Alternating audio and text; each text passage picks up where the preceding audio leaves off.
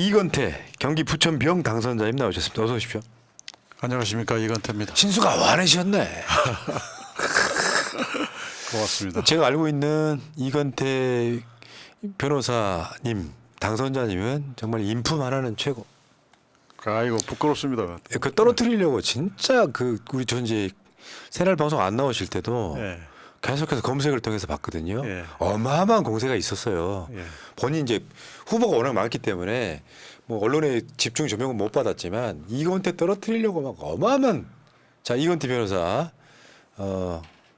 이력 이제 부장검사, 차장검사, 지청장, 다음에 민주당 법률위원회 부위원장, 이재명 대표 특보, 법률특보, 총선 경기 부천병 당선자까지 축하드립니다. 감사합니다. 사실 처음에는요 이렇게 새날에 이렇게 나오셨을 때는 긴가민가해요. 예. 민심의 흐름을 정확히 못 읽을 때는 예. 아 이런 분들 나오셔가지고 당선되겠나? 예. 왜냐하면 그때 당시에는 또 현재 이제 국회 부의장 뭐 김상희 의원 등이 더 잘 나가는 시절이니까 당선되겠나? 근데 실제로 그걸 해내시더라고요. 아무튼 축하드려요. 자 이건태 변호사님 득표율도 한번 보겠습니다. 지금 이건태 54.44, 하종대 국민의힘 38.04, 장덕천 70.51. 여기서 이제 초미의 관심사는 국민의힘 후보가 얼마를 얻느냐가 아니었고요. 새로운 미래 전 부천시장이었던 장덕천 변호사가 얼마나 얻느냐였는데 이건태 이거 뭐 이게 54.44 너무하신 거 아니에요? 저기 이제 너무 장덕천 폭력적인데 득표율이? 이제 뭐 우리 국민들과 우리 당원들이 적극적으로 지지해 주시는 덕분이고요. 특히 이제 윤석열 정권에 대한 심판 정말 그 의지가 강했습니다. 그래서 큰 바람이 불었습니다. 자 그래서 당선 꼬다발 받으신 모습에 저도 울컥했다는. 예. 아무튼 당선 감사해서 한번 하시죠. 예. 새날 시청자 여러분, 저 부천시병 당선자 이건태 진심으로 감사 인사 드립니다. 여러분께서 지지해 주신 덕분에 제가 당선자라는 큰 영광을 받았고 국민을 위해서 우리 부천시병 주민들을 위해서 정말 최선을 다하겠습니다. 무거운 책임감을 느끼고 있습니다. 열심히 하겠습니다. 감사합니다. 야, 뭐 당선 소감도 굉장히 좀 겸손하시고 저는 그거 알고 있죠. 그러니까 최근에 뭐 갑자기 출마하신 분이 아니라 나 동네 변호사 컨셉으로 네. 굉장히 오랜 시간 동안 밭을 읽은 성과를 지금 내신 거예요. 알고 있는 분들은 알아요. 우리 동네 변호사 하면은 이건태가 가장 먼저 그런 컨셉의 분들은 예. 꽤 있지만 자 선거 기간 중에 제일 힘들었던 게 뭐예요? 저는 뭔지 알겠습니다만 예, 말씀해 주세요. 이제 경선 때 시작된 그 네거티브 그게 참 우리 내부에서 경선 과정에서 꼭 그럴 필요가 있는지 하는 생각이 들면서 참 그런 게 이제 힘들었습니다. 근데 변호사가 변론하는 걸 가지고 문제 삼기 시작하면 특히 제 케이스 같은 정도를 문제 삼기 시작하면 아마 대한민국 변호사 중에 단 한 명도 출마하지 못할 겁니다. 그러니까 조수진 변호사 논란 때 네. 다시 가져와서 변호사 출신들이 이번에 역대로 많이 들어갔다면서요. 예, 근데 그분들 변호인이 변호 대상을 고를 수는 사실 없는 것이고 예, 흉악범도 변호를 해야 되는 거지만 예. 그 많은 변호 중에 일부 한두 개를 가져와서 저 사람은 나쁜 변호인이야 이런 식으로 네거티브를 하더라고요. 예. 저 같은 경우는 특히 이제 뭐 그 의뢰인이 제 동창생이거나 또는 뭐 아주 친한 지인이시거나 또는 우리 그 지역구에 저 향후 회원이시거나 뭐 우리 당원이거나 또 이런 분들이어서 좀 제 입장에서 많이 억울했습니다. 그러니까요. 자, 그거 말고는 뭐 무난하게 예. 여론조사 한 번도 예. 추월당하지 않고 예. 이게 이제 지역에서 아까 그 장덕천 변호사 이야기도 했지만 전 부천시장 이야기도 했지만 민심의 도도한 흐름이 어마어마했던 거예요. 그렇습니다. 사실 장덕천은 부천에서는 가장 지명도가 높은 사람이잖아요.知名도가 가장 높은 사람이죠. 근데 이 수치 득표율을 보니까 7점 몇 %밖에 안 나오는 거 예. 보면 예. 그냥 윤석열과 윤석열 비슷한 부류는 다 심판해 버렸다. 예. 그거고. 자, 일단 당선 소감보다는 22대 국회가 열리면 우리 당선자님 생각에는 가장 먼저 해야 될 일이 뭘까요? 그 이제 정의를 바로 세우는 일하고 민생과 경제를 회복시키는 일, 그게 뭐 그렇게 얘기할 수 있을 것 같습니다. 이제 윤석열 대통령이 이제 공정과 상식 이런 기치로 대통령이 됐잖아요. 근데 이분이 한 일은 결국 선택적 공정과 선택적 상식. 그러면서 이제 정의가 무너졌죠. 그래서 정의를 바로 세우는 것이 매우 중요하고 급하고, 또 이제 우리 가계 실질 소득이 감소했고, 또 제가 선거 기간 중에 알아보니까 적자 가구도 82만이나 늘었더라고요. 굉장히 민생이 어렵습니다. 선거 운동하면서 제가 어느 참치집 사장님한테 이제 인사를 드리고 갔더니 이분이 가게가 아무 손님이 없어요. 그러면서 저한테 하시는 말씀이 내가 이 자리에서 망할지도 모른다는 현실적인 두려움이 듭니다. 예. 저 윤석열 대통령 좀 어떻게 해주세요, 제발. 이렇게 말씀하시더라고요. 그러니까 그만큼 지금 민생이 어렵습니다. 그래서 아까 뉴스를 봤더니 이제 이재명 대표께서 최상병 사망 사건 특검, 그 다음에 이태원 참사 특검법, 그 다음에 전세 사기 특별법, 요 세 개는 21대에서 처리하시겠다고 그렇게 말씀하시더라고요. 근데 만약에 그게 21대에서 처리가 안 되면 22대 국회에서 가장 긴급하게 처리해야 될 것 같고, 김건희 그 특검법, 그 다음에 50억 특검법, 쌍특검. 그것도 22세에서 빨리 처리해야 됩니다. 그런 것들이 이제 정의를 바로 세우는 것이라고 예. 생각합니다. 그러니까 원내대표도 국회의장도 잘 뽑아서 예. 저는 이 거대 야당이 1년 안에 굉장히 많은 성과를 보여줘야 돼요. 예. 그중에 첫 번째가 아까 여론조사도 보면 민생인데, 상당수 국민들은 정치적 논란보다는 먹고 사는 짐에 대한 관심이 제일 많은데 민주당이 그거를 빨리 예. 받아서 법으로 만들어줘야 된다. 그러니까 뭐 이재명 대표께서 그 민생회복지원금 1인당 25만 원, 그것도 당장 시행해야 된다고 봅니다. 그럼 이제 이게 이재명 대표가 이제 윤석열 만난다고 하니까 네. 만나서 이제 이런 걸 제안을 했을 때 윤석열이 이걸 거부할 수 있겠냐. 예. 그러니까 그걸 들어줘야 되니까 안 만났던 측면도 있거든요. 그렇죠. 그런 것들을. 예. 그 분위기에서 윤석열이 거부했다 그러면 사실 윤석열 지지율 빠지는 짓이거든요. 어떻게 될지는 좀 관심사인데 어쨌건 결국 민생 이야기 하시는 거네요. 민생 살리는 게 첫 번째다. 그렇습니다. 예. 현실 주위에 보면은 그러니까 장사 안 돼서 지금 가게를 폐업해야 될 위기에 처했다고 하는 분들이 진짜로 많더라고요. 진짜 많습니다. 쓸 돈이 없는 거죠. 네. 지금 사람들이 가서 뭘 사줄 돈이 없는 거죠. 음식이든 뭐든 간에. 그러니까 고금리 고물가지 않습니까? 더구나 지금 최근에 환율도 엄청 뛰었는데, 그러니까 고금리 때문에 굉장히 그 힘들어하세요. 그러니까 이 고금리 이자 부담을 어떻게 완화해 주는 대책이라든지, 또는 이제 그 사업하시는 분들은 대환을 해야 되잖아요. 그 부분에 대해서도 굉장히 어려움이 큽니다. 이제 이런 부분에 대해서 정부가 팔을 걷고 나서야 되는 겁니다. 알겠습니다. 역시 우리 동네 민생 변호사.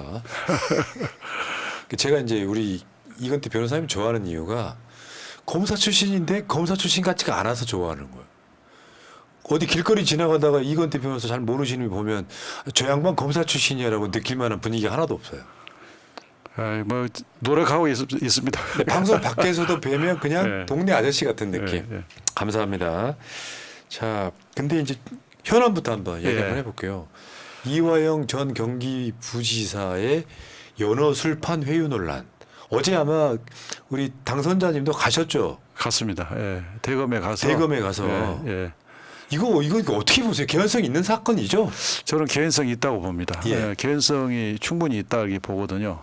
이제 이화영 전 지사께서 법정 진술이 굉장히 구체적이고, 이제 뭐 연어, 회, 회덮밥, 술, 세미나 이제 이런 말씀을 하셨는데 충분히 있을 수 있는 일입니다. 그러니까 그 당시 이제 검찰에서는 이재명 대표를 올가매려고, 그러려면 이제 이화영 전 지사의 진술이 필요했고, 이화영 지사를 설득하려면 김성태가 이제 압박을 가하고 이런 구도였잖아요. 그래서 김성태하고 방영철 이렇게 이제 이화영 지사랑 같이 회유하고 그러면서 식사하고 술 드시고 이랬을 가능성이 굉장히 있습니다. 충분히 있죠. 그리고 이제 여기에 대해서 검찰이 이제 부정을 했잖아요. 그런 적이 없다. 그리고 있을 수도 없다. 물리적으로 불가능하다. 뭐 이런 얘기를 했는데 그 발표문을 보면 뭐 변호사 두 사람을 한테 확인했는데 아니다. 또 뭐 그 교도관들 38명을 전수 조사했는데 아니다. 또 김성태 측 쌍방울 쪽 직원들 조사했는데 아니다. 그러니까 물리적으로 그냥 그것은 있을 수 없는 일 이렇게 발표를 했는데 결국 이게 참 공허한 내용이에요. 이렇게 그 변호사 두 분이 누군지는 모르겠지만 이 김성태 이하영 전 부지사의 변호인이 계속 바뀌었잖아요. 그러니까 그 두 분이 시점에 따라서는 초반에 변호한 분들이면 이 시점하고 전혀 관계없는 분일 수도 있고 또 변호인 없이 조사받을 때 벌어진 일일 수도 있고 그렇기 때문에 변호인이 한 말이 무슨 근거가 될 수는 없고 또 교도관 38명을 전수조사한들 그분들이 그걸 인정을 하시겠어요? 예.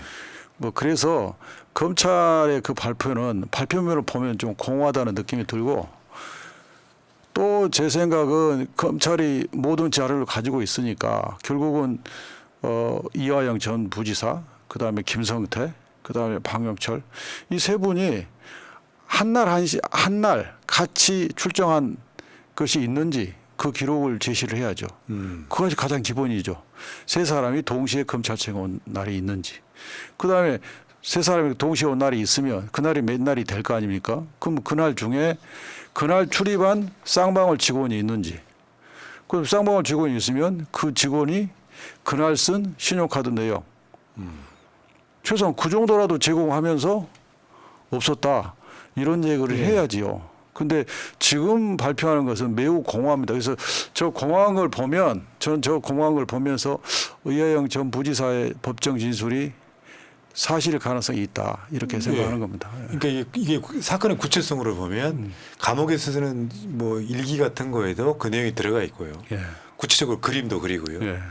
이 상황이어서 검찰이 지금 이런 거 있잖아요. 계속해서 이런 식으로 의혹 제기를 하면 법적 조치를 취할 수도 있다. 이 이야기는 사실은 검찰이 자신감 없음을 저는 봤거든요. 명백한 사실이 아니라고 하면 바로 걸어야죠. 저는 그 느낌이 좀 오더라고요. 그러니까 이런 의혹 제기하지 마. 이런 일은 없었어 이야기하지만 검사나 뭐 지청자까지 해보셨으니까 알지만 예를 들어서 검사와 한 편을 먹은 피의자 측이 연어나 술을 사가지고 들어올 때 앞에 문에서 걸린다. 그것도 사실 거짓말일 가능성이 높잖아요. 원래 보내세요 하면 그냥 뭐 몸속에서 보내는 거 아니니까. 그럴 수 있죠, 충분히. 그러니까 그게 완벽하게 있을 수 없는 일이다라고 하는 표현 자체가 말이 안 되는. 그게 실제로 이런 사건이 대한민국 역사에 없었던 게 아니라 종종 왕왕 있었던 사건이기 때문에 예. 더 가능성이 있다고 보이는 거. 왜 수사하실 때 있잖아요. 그 정황이나 개연성으로 보면 왜 있잖아요. 그 두 사람의 피의자가 있는데 어떤 사람 말을 믿게 되냐면 정황적으로 논리적으로 맞는 사람 말을 듣게 되는 거잖아요. 이화영 전 부지사가 한 말이 상당히 개연성이 있어 보이니까 많은 사람들이 이거 의혹 제기하는 거 아닙니까? 그러니까 이제 방금 말씀하신 대로 두 사람이 대지를 할 때 이게 진실의 느낌이 드는 진술이 있어요. 근데 그 느낌이 굉장히 중요하거든요. 그러면 그 느낌을 확인하는 구체적인 이제 물증 수사를 하는 거거든요. 이화영 지사의 법정 진술은 굉장히 구체적이어서 충분히 가능성이 있는 진술이다 이렇게 생각하는 거죠. 그리고 그러니까, 네. 검찰청 출입할 때 그렇게 몸수색하고 그렇게 하지 않습니다. 그러니까 이게 유동규의 진술만으로 대장동 재판을 하듯이 저쪽이 지금 김성태는 풀려났잖아요. 이화영 부지사만 가둬놓고 지금 재판하고 있는 상황이라 요거는 어떤 진술이 있어가지고 유동규의 이야기가 개연성도 없는 이야기를 재판 때마다 말도 안 되는 해프닝이 일어나고 있는데 이화영 부지사의 주장은 개연성이 있단 말이에요. 요거를 지금 계속해서 부정하고 있는 상황. 결국 이 사건은 이재명 경기도지사를 엮어서 이 사건마저 기소하려고 하는 시도. 그렇습니다. 그러니까 지난번에 영장이 기각됐죠. 그 영장 범죄 사실은 이제 백현동하고 이 대북송금 들어가 있었는데 그 이후에 백현동은 기소를 그나마 했지만 대북송금 아직까지도 기소를 못했어요. 야, 그러니까 이게 뭐 절대 있을 수 없는 일이다라고 하는 것 자체가 의심이 가게 만들어요. 그렇죠. 그리고 지금쯤은 벌써 이제 며칠 지났으니까 지금쯤은 아까 제가 말한 그런 구체적인 물증을 제시하면서 검찰이 진짜 자신 있으면 그런 물증을 제시하면서 봐라 없지 않느냐 이렇게 나와야 되는데 검찰이 발표한 아까 제가 말씀드린 그 발표문이 공허하다 이거예요. 내용이 공허해요. 어제 그 나온 그러니까 이화영 부지사 사모님 같이 나온 변호사가 그 예. 얘기하더라고요. 불법 선거운동 캠프를 차렸다. 기소를 하려고 딱 해요. 근데 거기에 인터넷이 안 들어가 있었다. 예. 그러면 유야무야 되는 그런 것들을 너무 많이 한다는 거죠. 별건으로. 막 엮어가지고. 예, 예, 저도 이제 그걸 들었는데 네. 그렇습니다. 그러니까 이 부분은 이제 민주당 입장에서는 이걸 진상 조사를 하지 않을 수가 없죠. 이거 굉장히 검찰이 야당 대표를 올가매려고 진술을 조작하는 세미나를 했다면 이건 국기문란 사건이죠. 검찰이 해서는 안 된 일이 벌어지는 거죠. 이건 반드시 진상규명을 해야죠. 진실이지 아닌지 진상규명을 해야죠. 최상병 순직 사건에 대한 수사도 법이 엄연히 있는데 누군가 권력자가 개입을 해갖고 요 사건의 방향을 트는 거잖아요. 이 사람들한테는 법이 없고 법 위에서 이 법은 나를 위해 존재해 같은 그런 느낌이잖아요. 근데 이제 지금 이게 박정희지나 전두환 때 같으면 그냥 그러려니 할 수도 있겠지만 지금 민주화를 하고도 한참 오래 지났는데 예. 검찰이 단순하게 말하면 윤석열의 정적 제거용이잖아요, 이게 지금. 그렇죠. 예. 그럼 있는 없는 사건을 조작해 가지고 이걸 막 짜맞추기 하려고 했다고 하면 이게 만약에 사실로 드러나면 어떻게 될까요? 검찰은 책임을 져야죠. 검찰은 이제 그 해당 그 검사 및 수사관뿐만 아니라 검찰의 최고 지휘부까지 다 책임을 져야죠. 이거 정말 검찰로서는 수치고 있어서는 안 되죠. 네. 근데 그럴 가능성이 개연성이 있어 보이죠 지금. 저는 있어 보입니다. 아마 민주당이 이제 전사적으로 막 항의 방문하고 이러는 거 보면은 아마 굉장히 많은 법률 전문가들이 동원됐을 거예요. 네. 법리적으로도 보고 정황적으로도 보고. 왜냐하면 이게 확신이 안 들면 당 전체가 움직일 만한 그런 건 안 하잖아요. 그러니까 당선자들 웬만한 분들 다 가셨죠 아마. 그렇습니다. 예. 근데 그 중에 이번에 역대급으로 이제 법조인 출신들이 많이 들어갔다고 하니까 아 이거 개연성 있어. 예. 요거는 분명히 이런 조작 사건의 냄새가 나. 예. 야 그리고 이제 거기도 그쪽도 있잖아요. 이제 그런 조작 사건을 해서 징계받은 전력이 있는 검사를 수원지검에 보내서 예. 그 2차장 사나이 검사가 그 짓을 했다고 하면 더 의심이 갈 수밖에 없죠. 더 의심이 가죠. 어쨌든 이건 뭐 우리 당에서는 철저히 진상규명을 요구할 예. 예정입니다. 결국에는 이거 같아요. 이거는 아마 지게 검찰의 주장만으로는 안 될 것 같고 결국 특검사 아닐 거라고 봐요. 예. 예. 그러니까 검찰을 못 믿겠다는 거잖아요. 예. 윤석열의 정치 검사들은 못 믿겠다. 모든 사건이 다 부정될 가능성이 되게 높은 거라고 생각이 들고 이게 달리 한 발 더 나아가면 검찰의 수사권에도 문제가 생기겠죠 이제. 그렇습니다. 그러니까 지금 특검 요구가 계속 이렇게 국민들로부터 강하게 들어오는 것은 검찰이 수사를 선택적으로 하고 불공정하기 때문에 특검 요구가 들어오는 거죠. 검찰이 수사권을 공정하게 행사하지 않기 때문에 발생한 문제이기 때문에 우리 이제 22대 가면 검찰 개혁 문제가 다시 엄중하게 검찰 앞에 설 겁니다. 검찰의 그 비리랄까 조작이랄까 전횡들을 묶어서 하는 것도 있을 수 있어요.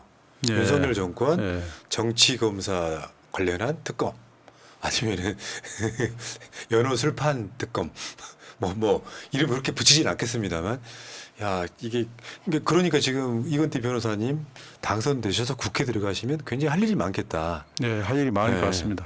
자 근데 관련해서 이제 우리가 이건태 변호사님이 대장동 그 변호사님이니까 대장동 재판 지금 선거 기간 공식 선거운동 기간에도 3번이나 갔고 3번 했습니다. 선거 끝나고도 또 재판 받으러 가고 뭐 선거법도 있고 대장동도 있지만 근데 보도 나오는 걸 보면 유동규의 진술은 계속 바뀌고 있고 이재명 대표가 가지 않아도 되는 재판도 막 선거 기간에 불러 올리고 이렇단 말이에요.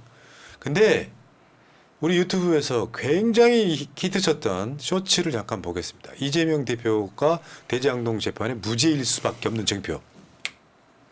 무죄에 해당되는 징표들이 뭐냐. 우리가 주장하는 게 대장동 일당들이 5대 요구안을 대표님이 전부 그 당시 성남시장 시절에 거절했다는 거예요. 첫 번째가 우리가 대장동 땅 80% 사놨으니까 우리가 민간 개발하도록 허가해 주세요. 안 돼. 거절했어요. 두 번째가 일공단과 대장동을 결합 개발하지 말고 분리해서 해주세요. 안 돼. 결합 개발할 거야. 세 번째가 보상하는 방식을 수용 방식으로 하지 말고 환지 방식으로 해주세요. 안 돼. 수용 방식으로 할 거야. 네 번째가 자기들 땅 중심으로 아파트 구역을 지정해 주세요. 구역계를 자기들이 제출을 원하는 게 하도록 해놨는데 그것도 안 돼. 우리 성남시가 만든 원래 LH가 만든 안대로 할 거야. 다섯 번째 마지막으로 그러면 민관 합동이니까 그 민을 저희로 지정해 주세요. 그랬어요. 안 돼. 공개 경쟁 차례. 이 5개를 다 거절한 거예요. 아니 그러면 결탁이 돼 있다면 어떻게 이들의 핵심 희망사항을 다 거절할 수 있겠느냐. 그건 말이 안 되는 거예요. 이걸 설명하지 못하면 어떻게 결탁됐다고 볼 수가 있겠느냐. 그러니까 수백억 원이 결려있는 네. 나중에 후불로 주기로 했다는 돈. 거기에 증거 하나도 안 나왔다는 것은 누가 구두로 수백억을 줍니까? 일단은. 그러니까 지금 말씀하신 것처럼 결탁돼 있다면 한 편인 거고 한 편이면 이 사람들한테 이익을 줘야 되는데 사업자들이 요구를 하는 거 다 거절했다는 거잖아요. 그러니까 이게 지금 재판장에서 먹히고 있을까요? 아니면은 저게 이제 저기 이른바 5대 요구 네. 사항 이제 정확하게는 쟤네들의 5대 희망 사항입니다. 가장 핵심 희망 사항이거든요. 근데 재판에서 제가 이제 유동규한테 물었어요. 하나하나 이걸 거절한 게 맞느냐? 다 맞다고 그랬어요. 그 당시 성남시장이던 이재명 시장께서 그 대장동 일당의 저 5대 희망사항 요구사항을 다 거절했다. 다 유동규가 다 인정한 겁니다. 그리고 이제 33부 재판부에 와서 이제 양측이 이제 모두 진술했거든요. 핵심 주장을 한 다음에 제가 저 재판장에게 그렇게 말씀드렸어요. 우리 변호인들이 유무죄와 직결되는 주장을 했다. 그 중에 하나도 저거거든요. 그런데 검사들이 많은 얘기를 했는데 모두 주장을 했는데 유무죄와 직결된 변호인들의 주장에 대해서는 아무런 반박을 못했다. 그러니까 재판장님 이걸 기억해 주십시오. 꼭 기억해 주십시오. 이렇게 말씀드렸는데 저 5대 요구사항을 이재명 당시 시장이 거절했다는 그 부분에 대해서도 검사들이 아무런 반박을 못했습니다. 그러니까 우리가 유죄라고 하면 유죄야. 네. 근데 그중에 총대 메고 있는 유동규가 나와가지고 앞뒤 안 맞는 소리 아마 수백 번 했을 거예요. 제가 들은 바에 의하면. 그럼에도 불구하고 이재명 대표 괴롭히기는 계속되고 있는 것이고. 근데 총선이 이렇게 끝났어요. 그러면 검사들이나 판사들도 어느 정도 분위기가 바뀌진 않을까요? 그냥 계속 고합니까? 바뀌겠죠. 왜냐하면 이제 총선에서 국민의 민심이 윤석열 대통령을 떠났다 하는 것이 확인이 됐고 그러면 다음에 정권이 바뀔 수 있다 이런 생각을 하지 않겠습니까? 예. 이제 그렇게 하면 검사들이 위축되겠죠. 정치 검사들이 위축되고 또 새로운 어떤 사건을 시도하거나 이렇게 하기는 어려울 거고 지금 공소유지도 막 아주 공세적으로 막 그렇게 하기는 어려울 겁니다. 그래서 많이 위축될 거라고 생각합니다. 예. 나오셨으니까요. 지금 검찰 내부에는 어마어마한 뭔가가 있다고 하죠. 그러니까 검찰 조직의 코어가 중앙지검장인데 중앙지검장이 수사하고 있는 게 김건희 씨 관련한 주가 조작 사건. 예. 근데 김건희를 한 번도 소환 조사하지 않았어요. 이제 계속해서 야당이 국민이 김건희 수사라고 주장을 하니까 송경호 중앙지검장이 김건희를 소환하려고 했다는 거예요. 그래서 송경호를 바꾸겠다고 지금 후임 물색 중이라는 얘기가 예. 있잖아요. 예. 혹시 이런 얘기 들어보신 적 있을까요? 저게 이제 박성재 법무부 장관 인사청문회 때 민주당의 이제 김영배 의원께서 이 검찰과 대통령실 간에 김건희 여사 처리하고 관련해서 갈등이 있어가지고 지금 송 중앙검사장을 교체한다는 얘기를 내가 들었다. 뭐 이런 취지의 말씀을 하셨더라고요. 예. 그런데 그때 이제 처음 나온 얘기 같은데, 그러니까 검찰 입장에서는 이제 김건희 특검이 이제 현실화되잖아요. 그러면 김건희 여사를 아무 조사하지 않는 이것이 굉장히 큰 부담이 될 거예요. 지휘부도 부담이 될 뿐만 아니라 특히 그 사건의 주인 검사는 직접 책임을 져야 되는 상황이 올 수 있잖아요. 그러면 그 주인 검사, 그 수사팀에서는 검사장한테 최소한 조사는 해야 될 거 아닙니까? 라고 요구할 수 있어요. 그런데 그 요구를 초반에는 뭐 좀 기다려봐라 했지만 이제 특검이 현실화되는 상황에서는 중앙검사장도 조사하겠다라고 총장한테 얘기했을 수 있죠. 근데 아마 그게 그래 국민에 대한 태도로서라도 신용만이라도 하자 이런 거였을 텐데 뭐 철저한 진상규명 이게 아니고 이렇게라도 해야 되지 않겠습니까라는 의견 제시에 괘씸죄가 걸리는 상황인 것 같은 거죠. 그렇죠. 예. 감히 나를 수사하겠다고 누군가가 지금 예. 그렇게 되니까 이제 맨 위에 임명권을 갖고 있는 대통령이 살짝 격노하는 느낌 가면서 바꿔 이렇게 되는 그 느낌인 것 같죠. 예. 야, 약간 그 기사 헤드라인 중에요. 이제 뭐 법조인의 이야기인데 김건희 문제 송경호에게 맡기는 게 가장 싸게 끊는 것인데라고 이제 그런 표현이 나와요. 저 말이 그 말인 거잖아요. 그렇죠. 송경호도 김건희를 수사하겠다기보다는 수사하는 척이라도 좀 하자. 요 의견 제시였을 텐데 그러면 그 송경호를 내리고 지금 저 뭐 검사 인사철도 아닐 것 같고 저 상황에 하면 지금 누구나 다 알게 되는 상황인 거잖아요. 아 송경호가 그런 문제로 잘렸구나 이런. 그것도 웃기는 게 법무부 장관을 임명하기 전에 인사는 다 끝내놓고 법무부 장관은 바지로 안 치는 거잖아요. 네. 이 정권 진짜 안 되겠네요 보니까. 검찰이 갈수록 윤석열 대통령을 부담으로 느끼는 그런 부담이 굉장히 커질 겁니다. 그렇겠습니다. 예. 지금이야 이제 인사권을 갖고 있는 사람이기 예. 때문에 뭐 징계권도 갖고 있겠지만 예. 이 권력이 지금 사그라들고 있는데 예. 끝없이 중청하는 건 예. 불가능하죠. 검사를 해보셨으니까 그런 거 아니에요? 그리고 이제 그 검사별로 좀 이해관계가 다르죠. 이제 중앙 검사장의 이해관계가 다르고 그 밑에 있는 부장들 이해관계가 다르고 어차피 부장들은 또는 그 밑에 있는 수석 검사 이 정도는 이 윤석열 정권에서 검사장 승진하거나 이렇지는 않거든요. 예. 그러니까 이해관계 다를 수 있습니다. 아. 예.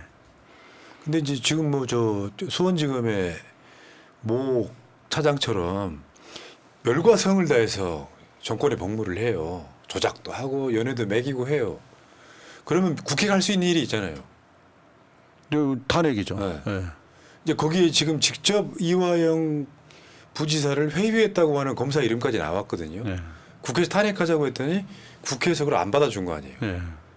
탄핵해달라고 청구를 했는데 기각되겠다는 거잖아요. 이런 식으로 계속 종용하고 어차피 그러니까 영화에서 나오는 장면 부지사님 여기서 조금만 이렇게 해주시면 다 우리가 다 뒤 봐줄 테니까 불어 이런 이야기를 대놓고 했다는 건데 아마 국회도 뭐 명확한 물증이 없으니 당장은 물렸겠지만 이런 것들 차곡차곡 쌓아두면서 만약에 검사시라면 국회가 나를 탄핵하겠다고 덤비면은 사실 좀 쫄죠. 쫄리죠. 탄핵을 당하게 되면 나중에 변호사 개업했을 때도 타격이 크고 그리고 개인적으로도 얼마나 큰 불명예입니까? 낙인 찍히는 거예요. 예, 얼마나 큰 불명예입니까? 국회로부터 그러니까 국가로부터 탄핵 당한 거잖아요. 지금 국회 갈 수 있는 건 그거예요. 예. 근데 지금 이게 윤석열 정권에 8명 더 있다 그래서 정권이 완벽하게 보장된 것도 아니에요. 임기가 끝까지 갈지 안 갈지는 사실은 몰라요. 전국 상황에 따라서는. 그 검사들이 사실은 좀 우리가 제대로 말하는 정답이라고 하면 전국 상황과는 상관없이 있는 그대로 수사하는 게 맞잖아요. 그렇죠. 예. 근데 얘네들 너무 기울어져 있어가지고 네. 이쪽엔 증거가 명확해도 김건희는 수사하지 않고 증거가 없어도 누군가가 진술하는 사람을 하나 만들어가지고 끊임없이 야당 대표를 괴롭히고. 그 검찰 수사의 공정이 너무 무너졌어요. 이해하기 어려울 정도로 무너졌어요. 이 부분에 대해서는 검찰 스스로 더 이상 무너지지 않게 이제는 좀 제자리를 찾아오는 그런 노력을 하지 않으면 22대 국회 들어가서 엄청난 조직의 데미지를 입게 될 겁니다. 우리가 예상해 볼 수 있는 거는 개인 수사를 불법적으로 했다면 탄핵도 있을 수 있고 예. 그다음에 이제 이 이야기 다시 나오네요. 한시적으로라도 수사권을 뺏는 방법 동의하시죠? 그러니까 지금 그 검찰은 그 검찰이 가지고 있는 인지 수사 권한을 공정하게 그다음에 정치적 중립을 지키면서 쓸 수 있는 의지와 능력이 없다. 매우 취약하다는 게 입증이 됐잖아요. 그러면 이 부분은 수술해야죠. 그러니까 제가 아까 왜 한식이라고 말씀드렸냐면 검찰한테 수사권을 일단 뺏고 정상화 될 때까지 그리고 진짜 검찰이 해야 되는 수사가 있다면 법을 아주 디테일하게 만들어 갖고요. 등 이런 거 빼고 이런 거 놓고 정확하게 검찰이 할 수 있는 수사 몇 가지만 딱 하게 만들어 줘야 나중에 또 그 경찰과 공수처와의 또 갈라치기 또 등장한다고 보면 사실상의 검찰 조직을 기소하는 조직으로 만들 수밖에 없는 것은 검사들의 자업자득이다. 그렇죠. 그런 측면이 있죠. 지금 네. 검사들이 스스로 국민들한테 평가를 받는 것이죠. 그럼 검사님이래. 우리 당선자님이 보시기에 그러니까 어떤 정권에서도 볼 수 없었던 이명박 박근혜 때도 이 정도는 아니었던 거예요. 예. 아씨 그런 사람들이 국민의 세금으로 그것도 특활비 받아가지고는 막 말도 안 되게 쓰고 정반대로는 법인카드 뭐 7만 8천 원으로 이재명 대표 3호를 걸어버리고 그러니까요. 10만 원도 안 되는 사건 가지고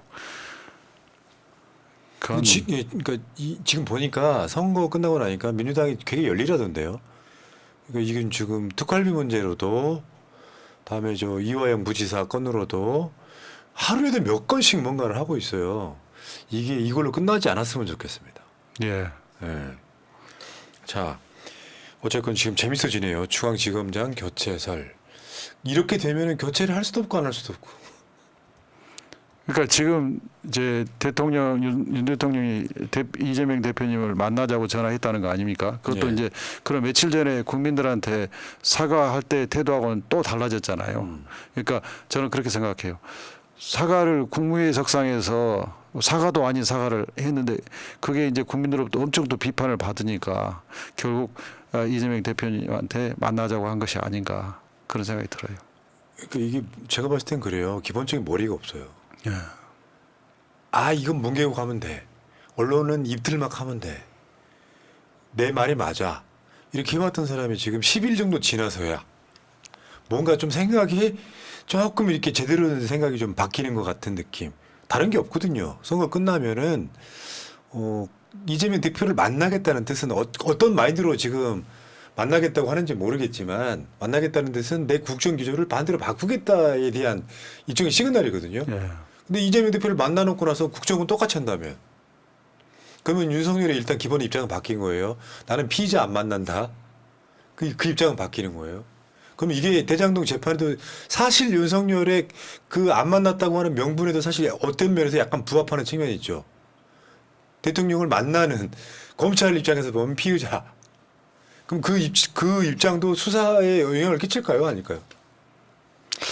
대통령이 그 피의자라는 명분을 내세워서 이재명 대표를 안 만나다가 만났다.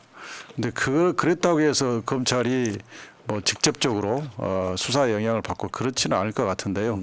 아까 말씀드렸다시피 지금 민심이 윤석열 대통령으로부터 멀어졌다 떠났다는 게 확인됐기 때문에 전반적으로 이제 그 대통령한테 충성하는 그런 식의 수사는 이제는 제동이 어느 정도 걸릴 거라고 생각합니다. 그 지금 이화영 건도 그렇지만 전국에서 이렇게 핵심 키워드가 몇 개 있잖아요. 네. 25만 원 같은 거. 이재명 대표를 만났는데 25만 원은 페플리즘이야. 이렇게 쉽지 않고요. 또 수사들 관련해 가지고 이제 조국 혁신당의 아젠다에 가깝지만 김건희 당장 소환해라라고 그 당선 인사개명 검찰청 앞을 간 거 아니에요. 근데 야당 대표를 만났는데 그거 안 하기도 쉽지 않고 총체적 난국이 걸려 있는 데다가 차상병 특검은 이제 본회의 회부가 됐으니까 요거를 통과를 시켰는데 사실은 이 특검에서 밝히고자 하는 건 윤석열의 개입이냐 아니냐잖아요. 그렇죠. 이게 자기 사건이잖아요. 네, 자기 사건이죠. 그럼 이거를 거부권 행사하기도 어렵고 안 하기도 어렵고 무조건 거부권을 행사하지 않고 내버려 두면 사실 정치적으로는 그 기세에 밀리기 시작해서 결국에는 나가 떨어지는 거거든요. 그래서 일단 한번 막아봐요. 막아보면 막았던 그 힘이 국민에 의해서 더 튕겨져 나가는 상황. 그러니까 아다리라는 거죠. 바둑용어로는. 그렇죠. 그 정치를 2년 동안 정말 개판을 쳐놔가지고 어떤 상황에서 똑같은 상황이 벌어지기 시작하는. 아마 이재명 대표 만나고 만약에 정책 방향을 180도 바꾸면 극우 지지층 지지가 더 빠질 겁니다. 그렇겠죠, 그쪽은. 예. 그러니까 수습이 어느 한 군데 수습해서 해결될 수 없는 그런 총체적 난국에 좀 빠져들고 있는 것 같습니다. 이 뚝이 계속 무너지는 거죠. 예. 저쪽도 이쪽도 무너지다 보니까 전체가 다 무너지는 예. 상황. 그래서 지금 22대 국회의원들이 중요하다는 거죠. 예. 아마 개원하고 1년 사이에 대한민국의 휘몰아칠 어떤 개혁의 바람 또는 어떤 그 윤석열에 대한 반동의 바람이랄까 이런 것들이 엄청날 것 같습니다. 그러니까 이제 이번에 선거를 치르면서 민심, 특히 우리 당심이 굉장히 그 무섭다. 이제 그 후보로 나선 사람들한테는 그걸 아주 절실하게 다들 느꼈을 겁니다. 예, 당심이 굉장히 무섭다. 민주당 당선자분들도 잘 생각하셔야 돼요. 예. 기존의 고정관념으로 정치하시면 안 돼요. 예. 예를 들면 뭐 누군가 입에서 협치 이야기 나오고 지금 협치하라고 뽑아준 거 아니거든요. 예. 그러니까 우리 경험상 몰아칠 때 확실하게 몰아치라고 뽑아준 거예요. 예. 근데 봐라 180석 만들어줬더니 1년 동안도 안 하고 2년 동안도 안 하고 정권 뺏기고 나니까 안 하고 이렇게 돼버려. 저는 이게 민주당이 승리를 거둔 이면에 하나가 있다고 생각해요. 총선 직전까지도 이재명 대표 체제의 민주당이 많이 몰아친 게 있어요. 그랬었죠. 거부권 행사를 당하더라도. 예. 그러니까 사람들이 가능성을 보는 거죠. 예. 또 의석 몰아주면 더 잘하지 않을까 이런 생각이 윤석열 심판 이론과 함께. 근데 이제 당선되신 분 중에 초선, 재선, 삼선 이런 걸 떠나서 기존 고정관념으로 정치하시려는 분들이 있어요. 관성적으로. 예. 그런 분들은 상당 부분 낙오되지 않을까 저는 생각을 해보거든요. 이게 원칙을 관철하는 게 중요한 것 같아요. 최상병 사망 사건 진상 규명이 안 됐으면 진상 규명을 하도록 특검을 하는 것이 맞고 그 뭐 김건희 여사 특검이 안 됐으면 그걸 하도록 하는 게 맞고 그게 원칙이지 않습니까? 원칙을 철저히 관철하는 자세가 중요한 것 같습니다. 그러니까 한동훈이 이제 선출 권력도 아니면서 법무부 장관하고 비대위원장 했는데 사실은 공무원 이런 시대가 아니면 공무원들 특히 검사들 입장에서 제일 무서운 게 선출 권력들이거든요. 예. 국회의원들 예. 딱 불러가지고 야 그런 장면 되게 멋있겠는데요. 이건태 의원이 저 검사장 뭐 송경호라든지 불러놓고 추궁하는 장면 보면은 왜냐하면 지금 검사들이 정치적 예. 성향이 있는 사람들이야. 예. 윤석열이 임명한 그 간부급들 제외하고 나면 일반 검사들이 무슨 죄가 있습니까? 사실 시키는 대로만 했는데. 그게 일반 검사 중에 우리 민주당 지지하는 검사들도 많이 있습니다. 많습니다. 예. 그 정치 검사들이 지금 총선 참패 이후에 막상 이 개헌이 되고 그러면은 저는 못 견딜 거라고 봐요. 어떻게 보면 양심선언도 나올 가능성도 있어요. 그러니까 이 윤석열 특수라인에 의해서 인사에서 밀린 그런 그 검사들도 많고 민주당을 지지하는 성향의 검사들도 많고 그렇습니다. 자, 그래서 이제 우리가 웃고는 있지만 사실 긴장감이 막 흐르고 있는 바로 그 시점이 아닌가 네. 이런 생각이 드네요. 그러니까 하루하루에 나오는 뉴스가 총선 그 이기고 난 뒤에는 뉴스의 양이 너무 많은 거예요. 한참 방송하고 있는데 이재명 대표가 윤석열 만난다더라 뉴스가 나와요. 네. 그 방송 끝나고 나면 또 다른 뉴스가 나와 있어요. 네. 거기에 빨리 따라가셔야 되는 거죠. 예. 당선자님들이. 예. 자, 알겠습니다. 이건태 변호사님 믿어요. 이런 게 있어요. 우리 당선자님. 국회에 넣어놨더니 이 양반들이 초반부터 이상한 소리 하는 사람들이 있어요. 우리 당선자님은 아니시겠지만. 그러면 우리 같은 방송들이 이 굉장히 실망을 합니다. 이 양반 우리 저 뭐 경선이나 할 때 인터뷰할 때 보면 안 그럴 것 같더니 국회에 들어가 있는데 변했다 이런 소리 드는 거예요. 그런 분들은 필연적으로 4년 후에 심판받아요. 예. 윤석열 심판만 받는 건 아니죠. 그 이제 당선이 됐다는 것은 이제 특히 이제 우리 지지자들하고 이제 국민하고 공적인 계약을 맺었다고 생각해요. 그래서 이제 국민을 제대로 대변하라는, 그래서 국민을 제대로 대변할 의무가 국회의원한테는 있다고 생각합니다. 맞습니다. 조근조근 차분차분 무서우신 분.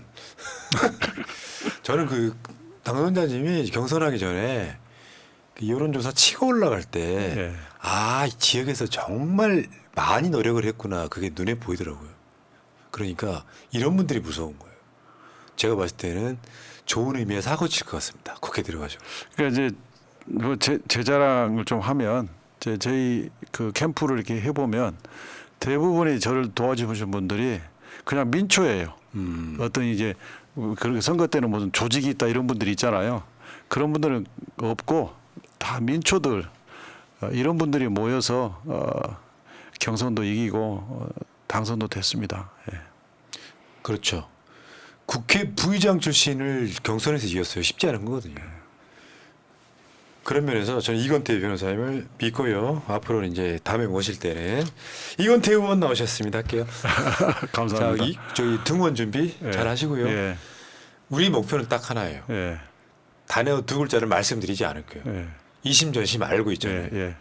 화이팅 해주시기 바랍니다. 예. 화이팅 하겠습니다. 화이팅. 자, 마지막으로 작별 인사하십시오. 예, 새날 시청자 여러분 정말 고맙습니다. 여러분의 응원 덕분에 제가 당선자가 됐고 여러분의 기대에 부응하겠습니다. 열심히 하겠습니다. 감사합니다. 예, 잘하셨고요. 자, 남손창원님 감사드리고 새날 이번 주 방송은 이걸로 마치겠습니다. 자, 여러분 갈게요. 그리고 변호사님 다음에 또 뵙겠습니다. 고맙습니다. 고맙습니다. 민주주의 평화 통일 다 죽어간다. 이대로는 놔둘 수 없다. 자, 다시 한번 해보는 거야. 자, 다시 한번 싸우는 거야. 자, 손 맞잡고 어깨를 걸고 우리 함께 이기는 거야. 자, 다시 한번 해보는 거야. 자, 다시 한번 싸우는 거야. 자, 손 맞잡고 어깨를 걸고 우리 함께 이기는 거야. 자, 다시 한번 해보는 거야. 자, 다시 한번 싸우는 거야. 자, 손 맞잡고 어깨를 걸고 우리 함께 이기는 거야. 자, 다시 한번 해보는 거야. 자, 다시 한번 싸우는 거야. 자, 손 맞잡고